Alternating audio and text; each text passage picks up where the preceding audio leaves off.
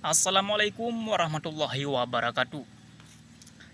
Yang cukup tak trip ilung tuan, hana mengupload video dan hana dede lun tuan bak media sosial. Cukup tak canggih-canggih ka berita nimbak lawitnya.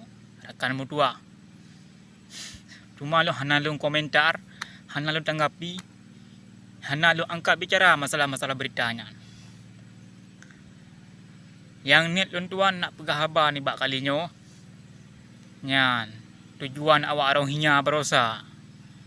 Kena tujuan awak rohinya datang ke Aceh, penampungan rohinya, ibu-ibu, ibi siamano dan kuah-kuah yang mengan. Hantom dirasa oleh pengemis-pengemis Acehnya, ya abi lagi nyan.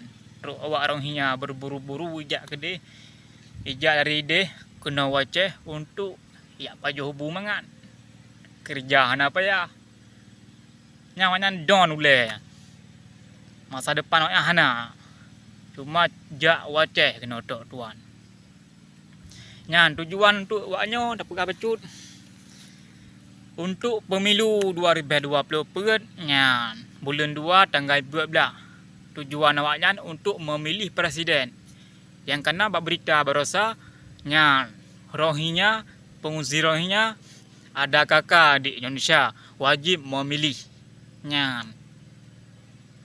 Tujuan pemerintah Indonesia yang kenyan untuk na suara bacut bak rohinya yang padur tuhdro jak 500 padum ka isogok padum go sapo so yang sogok yang kenyan menang.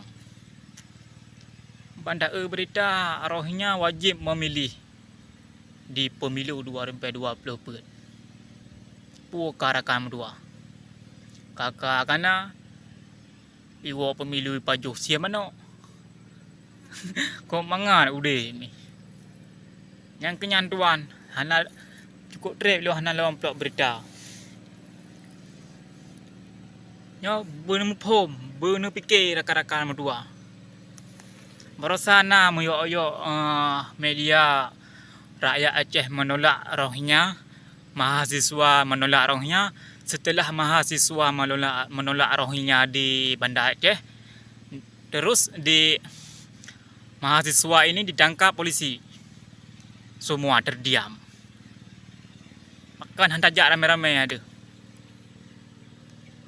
gara-gara mahasiswa item bantu masyarakat Aceh yang demo ke di Banda Aceh drop mahasiswa napa dundro drop mandum de IMB masyarakat Aceh hana lesu ya demo-demo rohinya kaglah nyo kata nang ude kai drop mahasiswa kaya orang Aceh yang kehnyan yang wajib tak bicarakan jino nyo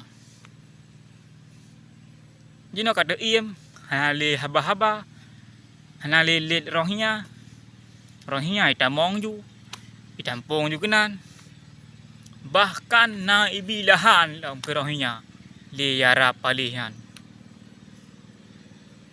juk lahan ke daerah untuk penampung rohinya dia kebuat nyabak lu pegah karena rakyat dera merumah hutan hidup aipai yang cukup tak sakit rakyat dera merumah hutan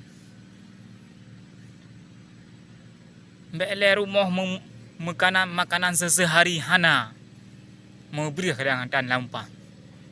So kena fikir kan. No kementang untuk tangkap bicara lain lom. Mungkin nak gebiumu lepo tangkap bicara lain lom. Yang untuk pemilu untuk panas-panas suju beritanya. Assalamualaikum warahmatullahi wabarakatuh.